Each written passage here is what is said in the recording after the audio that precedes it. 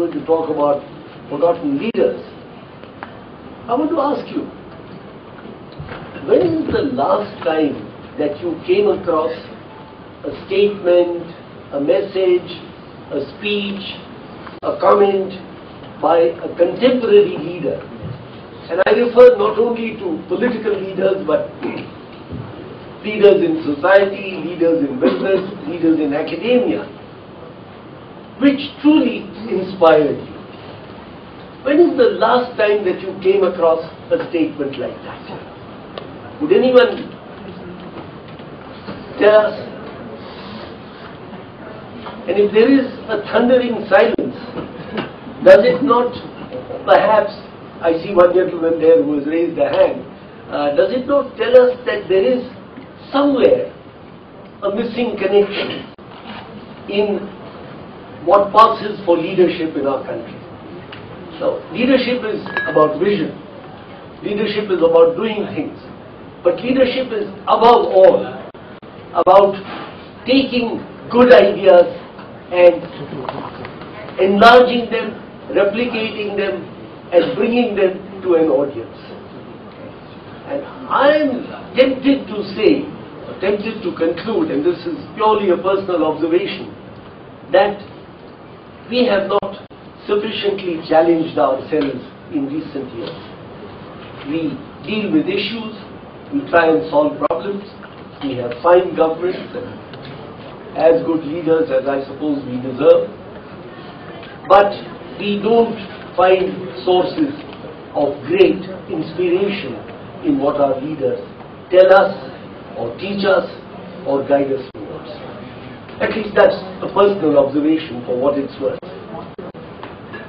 We have a panel of 3 distinguished personalities. 2 are eminent professors. The third is a lawyer and an author. So I will, with your permission, put a question to Professor Akhil Bilgrami, who is at Columbia University, on who he might name, who he might care to name as a forgotten leader that we might do better to remember and perhaps draw inspiration from. Akhil, would you like to respond to that? Yeah, sure. Well, I want to talk briefly today about a leader who has not been forgotten because his name is invoked all the time, but some of whose philosophical ideas, I'm declaring my own disciplinary vocation, but some of whose philosophical ideas have been forgotten. So I'm going to talk about Gandhi. And just raise 2 or 3 points briefly for you to consider with a view to really considering their relevance today. I won't actually spell out what I think is the relevance today. If it's not obvious, we can perhaps draw these inferences during discussion. One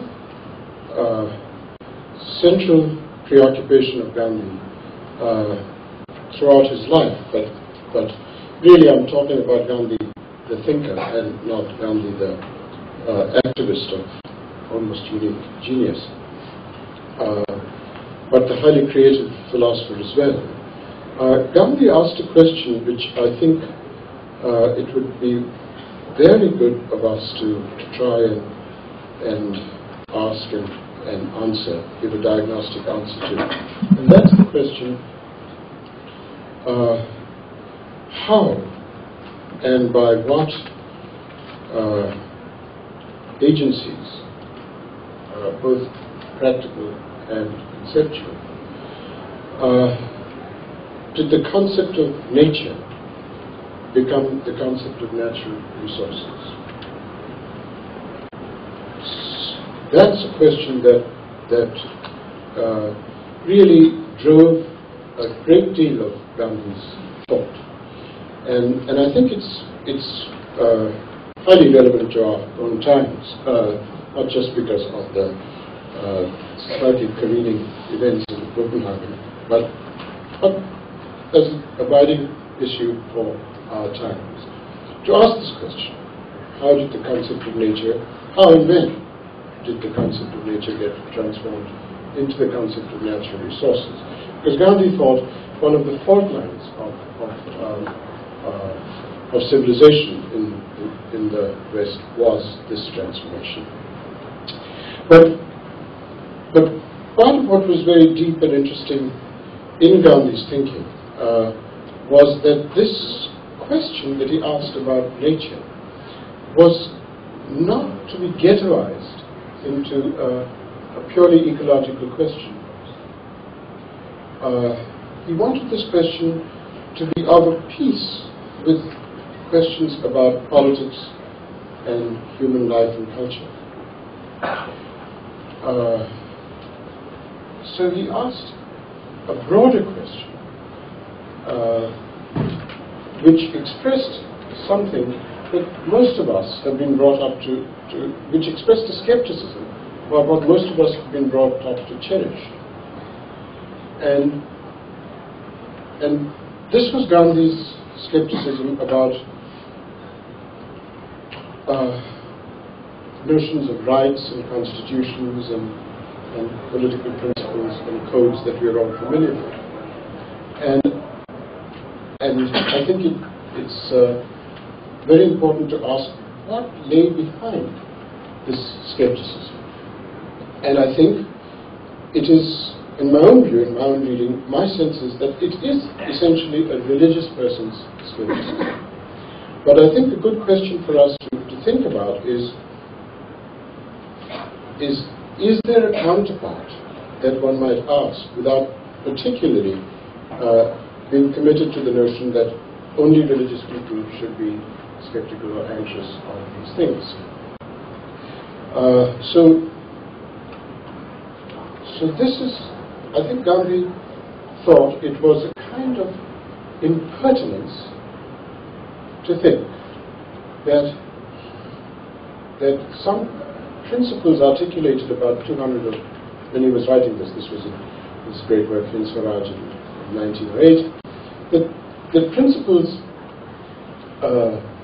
basically articulated 150 years ago in some parts of Europe should be conceived as making us, as improving us.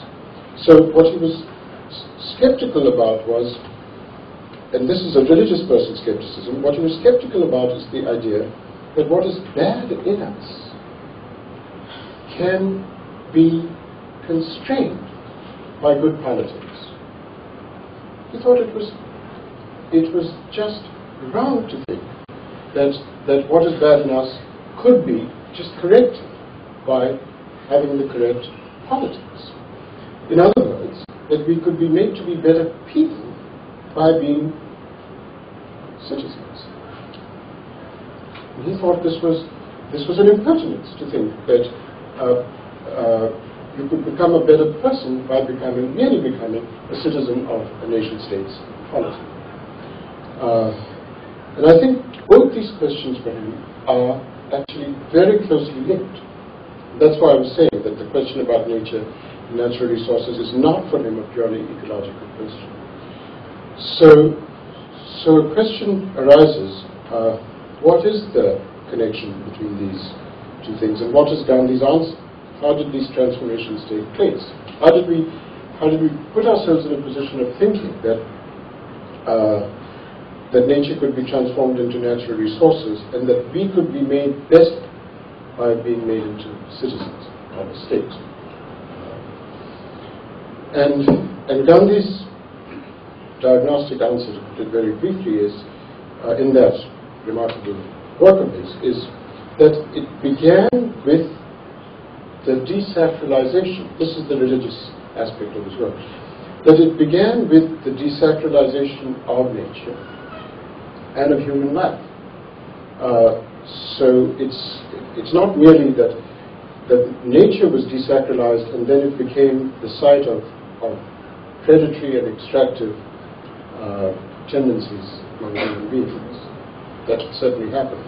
And he thought the fault line lay in its desacralization, sometime in the mid to late 17th century. And the desacralization of life, which you see everywhere now. The fact that you can go 4 miles into the air, bomb a city, and create a statistic of death. That is, a few hundred years ago, if you put a sword into somebody, you stood in front of them and put a sword into them.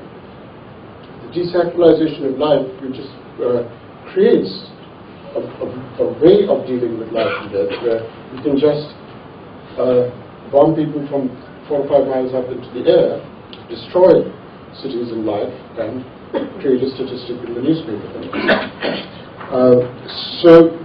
And he thought this kind of instrumentalizing of life by desacralizing it was very similar to the instrumentalizing of nature with extractive economies. So both these issues are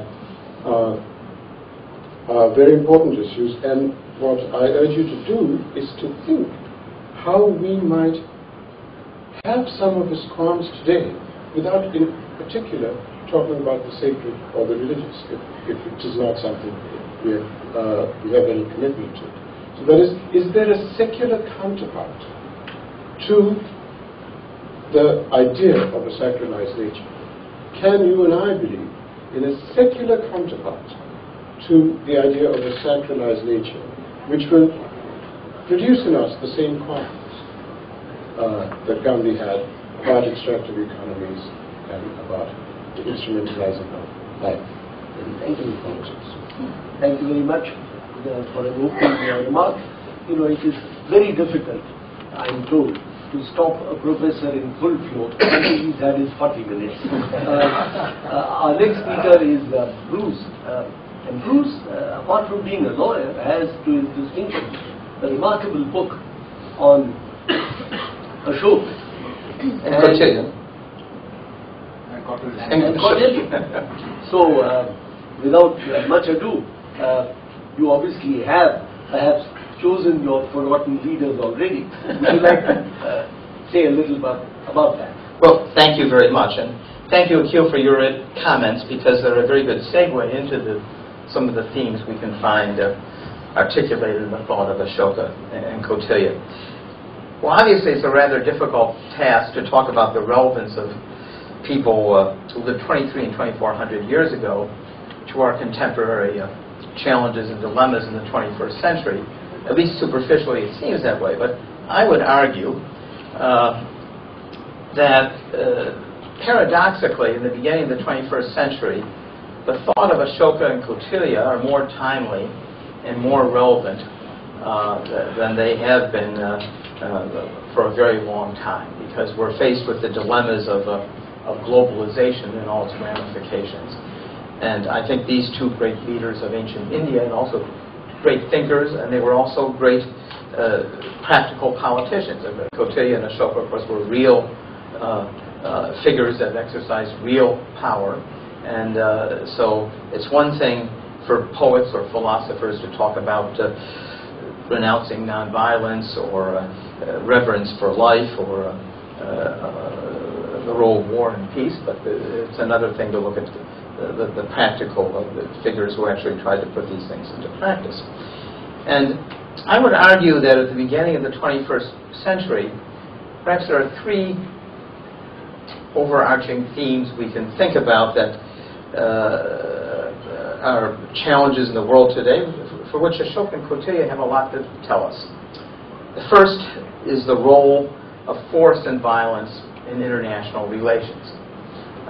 Obviously, we recall that Ashoka, after the great battle of Kalinga, where he actually tells us that 100,000 were slaughtered and 150,000 shipped off into servitude, and that he afterwards he regretted this and wanted to promote a new ethic of nonviolence and renunciation to the extent possible of force.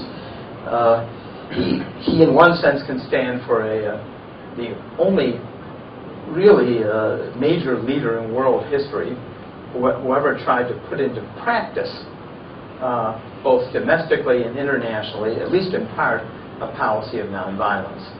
He sent emissaries to the Eastern Mediterranean and other parts of Asia to spread this message, his Dhamma, as he called it, which was basically a secular ethic. It wasn't it was based in his conversion to Buddhism, but it was not it was an ethic that was attempted to set out a secular ethic of nonviolence and other aspects of respect for life for a multicultural, multi-ethnic empire.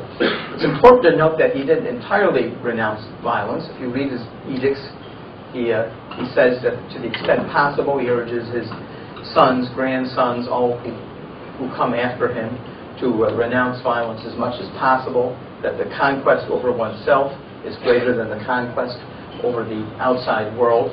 But he does acknowledge the fact that some violence or force may be possible. He urges his sons and descendants to, well, where you have to use force, then use it as gently as possible. So there's an element of realism that remains. Kautilya, who is often thought of as an amoral proponent of realpolitik, in reality, if you read him closely, it's a bit more complicated than that. His Amartya Sen says he's the ultimate consequentialist. He's the ultimate utilitarian or pragmatist. And though he certainly doesn't renounce war of force, when he discusses diplomacy, he always looks at war and violence as the last option that should be considered because it's the most costly.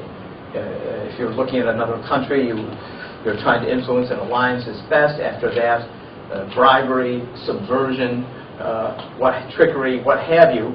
But war, violence is always viewed as the last option that should be considered. And I guess on very practical concerns, he's a material revolutionary. He puts forth the even very modern viewpoint that the underpinning of the state and society is not religion or ethics per se, dharma. No, more important in the domestic state is the accumulation and rational management of wealth, artha above all, and that should be the duty of the prince. So he's also viewed by many as the first economist. In any case, both Ashoka and Kautilya would have advised George W. Bush not to invade Iraq. One for Kautilya for very practical reasons, Ashoka for ethical reasons, you might say. So I think their advice in many cases would be quite relevant today. The second major theme, which I think is really the challenge of our age, is the role of ethics in economics. And certainly after the recent global economic crisis around the world, we've all been thinking about that more. We seem to live in a world where a kind of unleashed economistic thinking has invaded every aspect of individual, personal life, even social life, and international life, and where means have become ends. And again, looking at Ashoka and Kautilya gives us a lot to think about. Of course, Kautilya proclaims that artha comes before dharma, or even danda, the rule of force, the stick. He starts out in the Artha Shastra saying, well, other thinkers before me have said that the underpinning of society is dharma, ethics, religion, law, and so on. But know that they're wrong because, if the people are starving, even the priests become thieves or cannibals or what have you.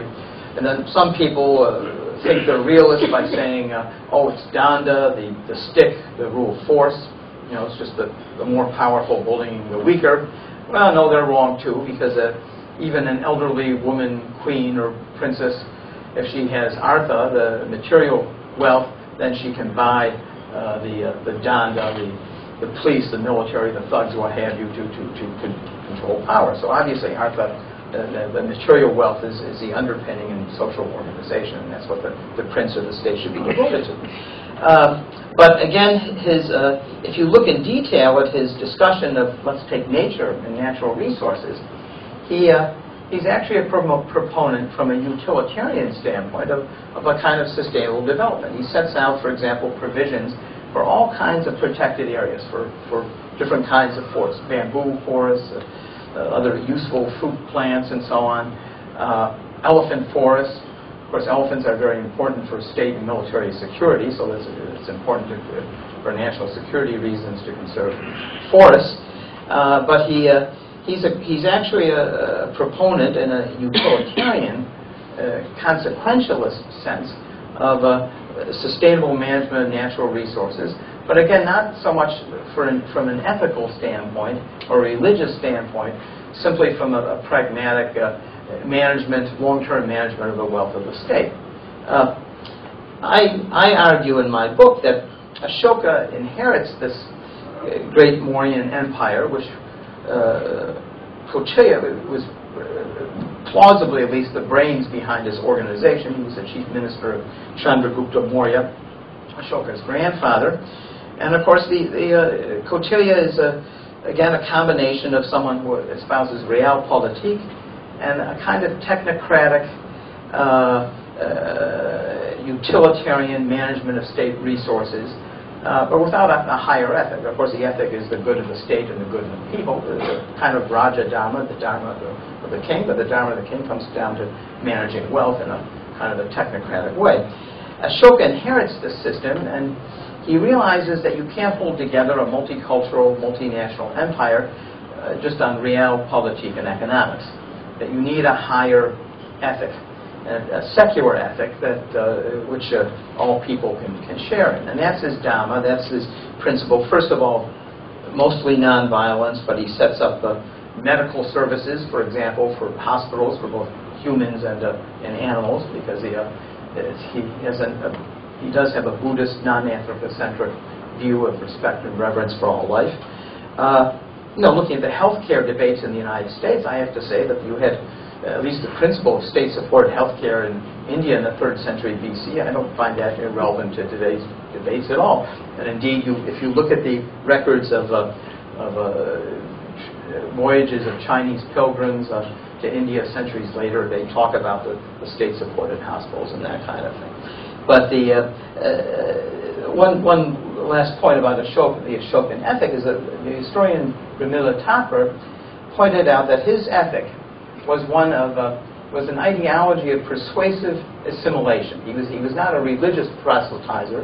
According to her, some people would certainly say the greatest historian of ancient India, he was trying to put forward an ethic in which all philosophical sects and religions, a secular ethic. This rejoins your question about can we have a non-religious, secular ethic of respect for life.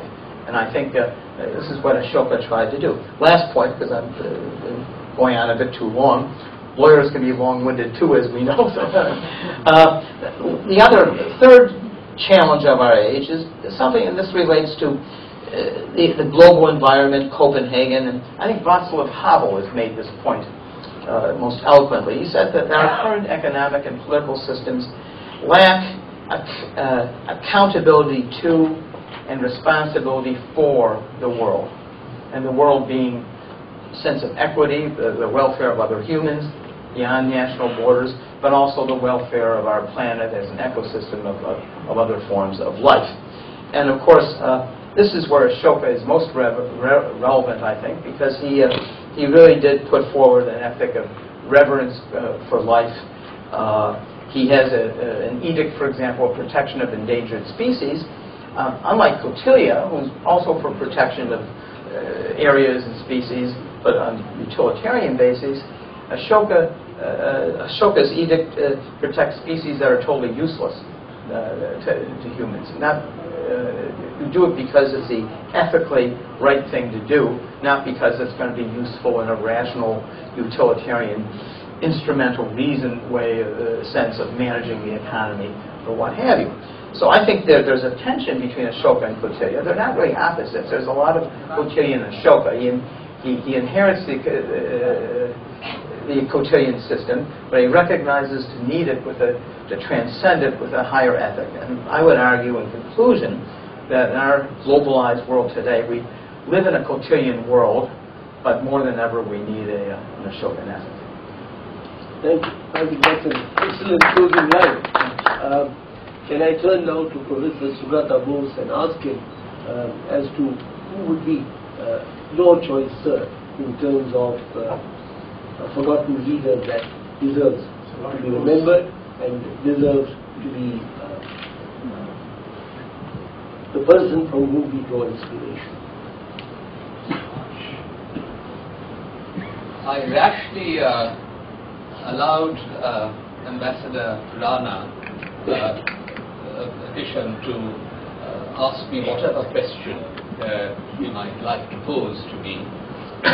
But since he has posed sort of exactly the same question to me as he did to Akhil, I will avoid answering it, at least in any direct fashion. But I will try to add to the flow of the conversation that has been unleashed by Akhil and by Bruce. Now, in what sense do we mean this word forgotten in this sort of panel? And I think that Akhil has actually given us implicitly a very good answer. In some ways, I actually do believe that the leader that has been most forgotten in post-independence India is in fact the father of our nation, Mahatma Gandhi. And that's not because he's been forgotten as a person or as a name, but it is his ideas that have been lost sight of. Not just his philosophical ideas, but also what his life meant, because as Gandhi famously said, his life was his message. And that leads me to suggest to you that we have to be very skeptical of the uses that governments, states, powers that be, the uses that they make of iconic figures.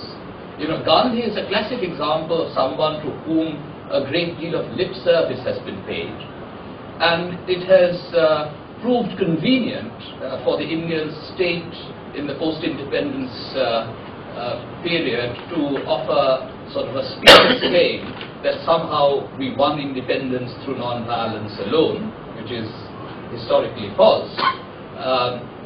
But we haven't really addressed what Gandhi really stood for. And I think we need to revisit what might be called the Gandhian ethic, just as we need to, explore what an Ashokan ethic might mean for our times. And here I would like to say a word about religious and secular. Sometimes in a very good-intentioned way, we try to label Gandhi as secular, especially when terrible things happen, such as Gujarat 2002. And, we want to condemn religious bigotry or violence that has been inspired by religious hatred. But I don't think we do a figure like Gandhi justice by appropriating him in that way. Because, when he came to India and launched his first mass struggle, he actually said that his struggle was that of religion against irreligion. Religion and honor were his motives when he started the non-cooperation and the Khilafat. And I think, he would have wanted to keep in place an intrinsic connection between religion and politics, because, if you took religion away from politics completely, then I think he would have argued that he would have denuded politics of its ethical basis. So I think that's something that's worth keeping in mind. Similarly, with Ashoka, what you find is that the Indian state happily accepted certain symbols, the Ashokan chakra, for example, as a symbol of sovereignty, of state sovereignty, and so on. But I don't think that there was a real effort to understand what Ashoka stood for as an empire builder in India. And I think one of the lessons that Ashoka would hold for us today is that, especially when we hear of things, going completely out of control in Telangana or Andhra Pradesh and so on, is that how can you win legitimacy for an imperial center in a vast subcontinent such as India through means other than coercive control from the center? And that's why, the edicts that he had, his, in the frontier regions, in the peripheral areas of his empire, are in fact so important. And I'll simply briefly mention a few other names of forgotten leaders, not because they're forgotten as names, but their messages have been forgotten or misinterpreted in post-47 India, which we need to consider. Think about the great leaders of late 19th century India, the early nationalists, figures like Dadabhai Nauroji or Ramesh Dutt, and they were very easily put under the category of economic nationalist in the post-1947 decades. And if you read their works carefully, what you would find is that they were deeply interested in economic theories that were emanating in different parts of the world. They were deeply interested in empirical comparisons in terms of economic development in different parts of the world. And they ought not to be, as they were in the 4 decades after 1947, simply appropriated as economic nationalists to justify the closed nature of the Indian economy that we had in post-colonial sort of India. So we need to think more carefully. More recently, I have written an essay that came out in Modern Intellectual History on Aurobindo. I called it The Spirit and Form of an Ethical Polity, a meditation on Aurobindo's thought. And what I found absolutely fascinating, among other things, was a tract that he wrote in the 1910s called The Spirit and Form of an Ethical Polity. And he was looking at theories of Indian unity as you would find them in the epics. What did a Dharma Rajya mean, for example? But he was also went into an empirical investigation of what kind of unity was pursued by the Mauryan Empire, the Gupta Empire, the Mughal Empire. He also had a revisionist view of the 18th century, that decentralization did not necessarily mean fragmentation, decline. It could in fact have some very positive features. But he too, has been either appropriated by the Hindu right because he, talked about religion and politics and the connection between the two. And the secularists unfortunately hadn't read him carefully enough. All that he was arguing was that there has to be an ethical basis of politics. And I think there's a whole range of other thinkers who suggested that there could be different kinds of Indian unity that we could imagine, and that the centralized bureaucratic state that we inherited from the British need not be the only kind of political organization that could ensure in Indian unity. That in fact you could have respect for difference and build a flexible and a form of unity which would be longer lasting. Finally, I think that there are many in the audience who are expecting me to say a word or two about another figure, Netaji Subhash Chandra Bose. And again, I think that, he's hardly forgotten. He's always been a popular hero. But among his devotees, there have always been a bit of a complaint that the government in post-independence India did not necessarily give him the recognition that was due to him. And that to some extent is understandable because he was not present in post-independence India. He commanded Indian history in absentia in the winter of 1945-46 when the INA trials were taking place. But of course you have to pay a price for being absent. And therefore he was somewhat neglected. On the other hand, he always got his due, as it were, from the people whom he wished to serve, and he set an example of service and sacrifice and suffering. And he was a leader in the sense that he never expected anything for his followers that he wouldn't be prepared to do, himself. But again, I think adoration and adulation is one thing, and actual assessment, including critical assessment, is another.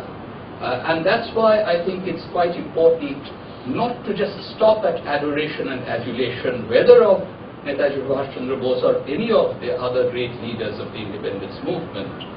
And because it really doesn't matter to them whether we remember them or not, whether we forget them or not. But I think we have a lot to lose if we don't learn from their book of life.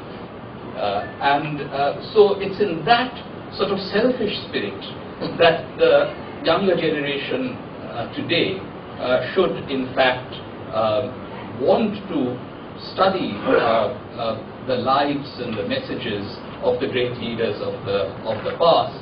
And what I would simply say is that Netaji Subhash Chandra Bose is regarded as a great warrior hero, but he paused between battles. He was a far-sighted thinker.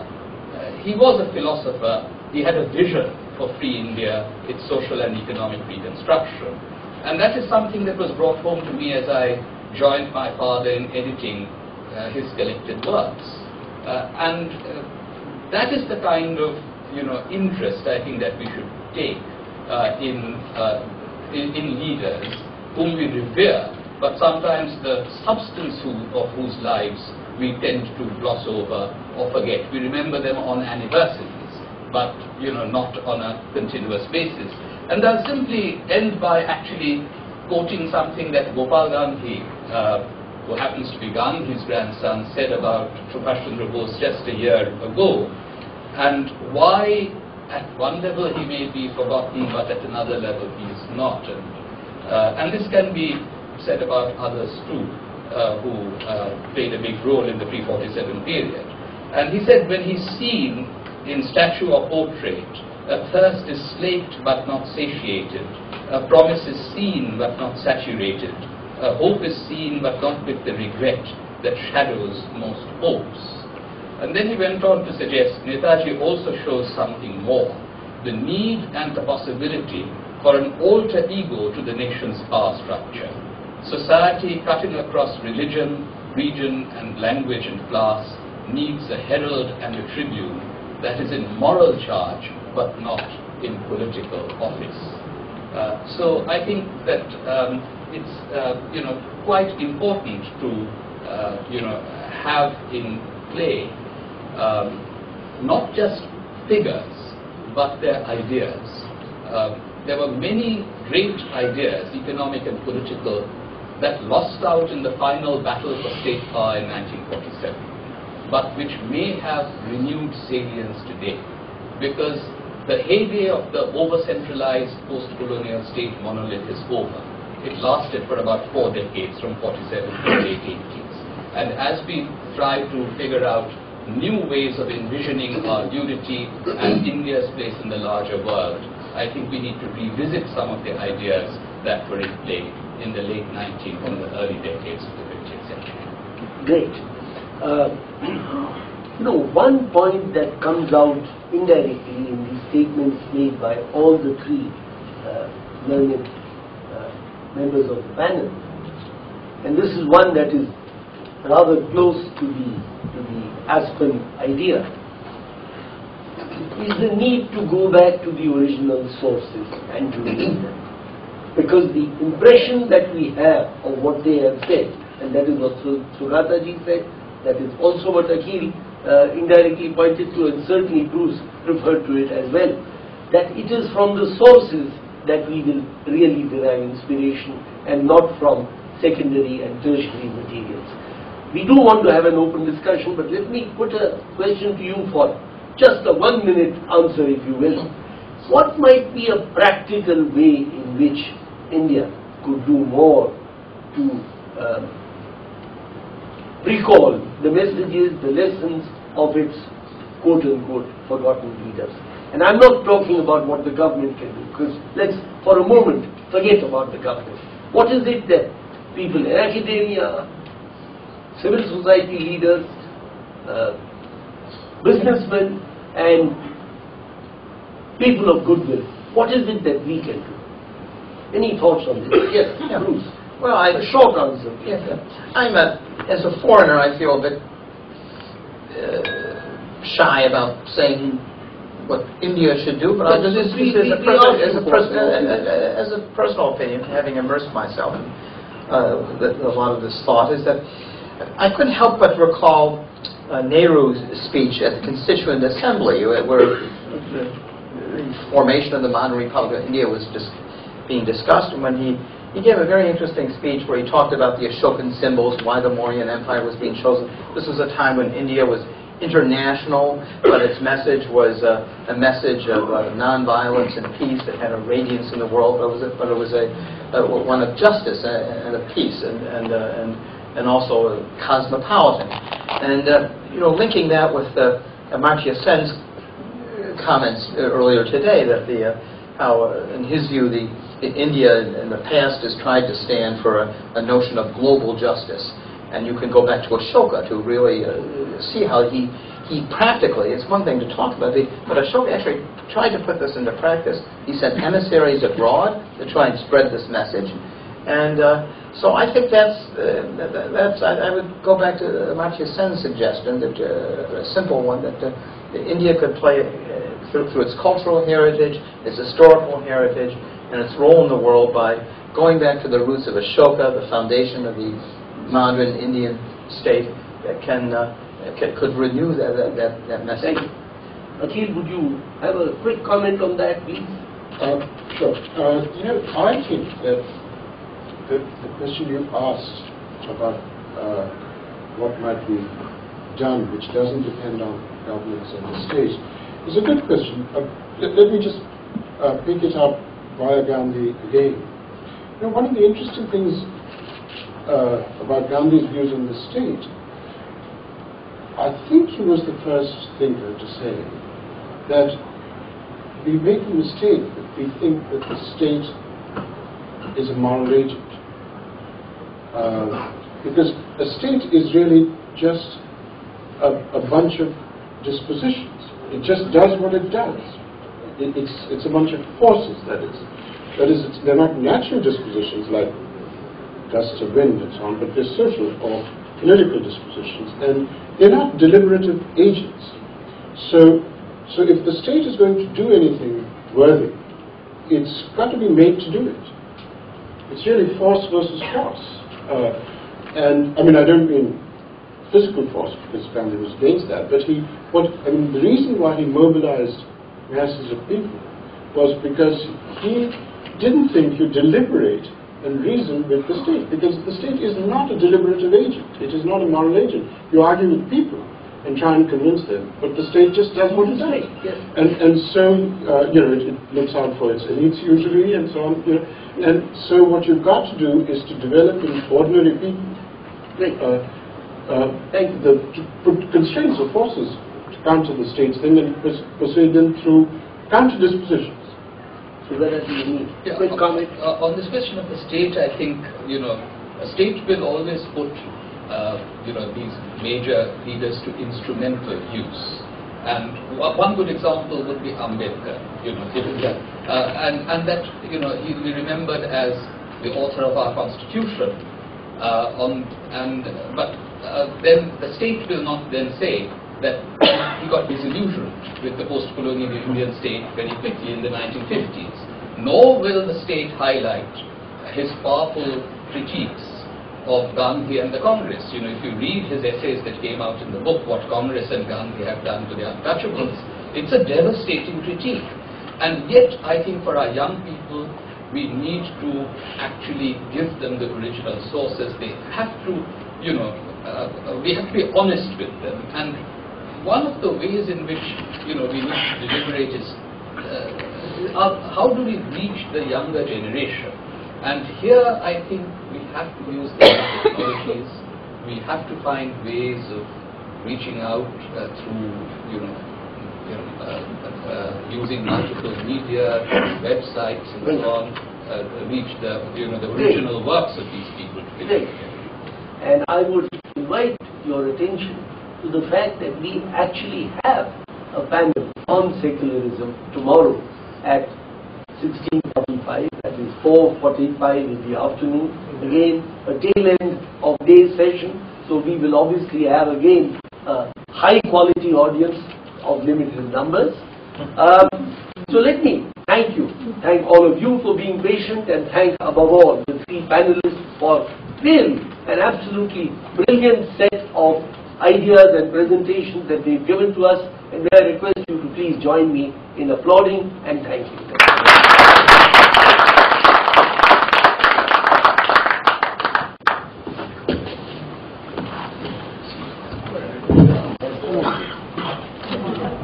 और बढ़िया हाँ जी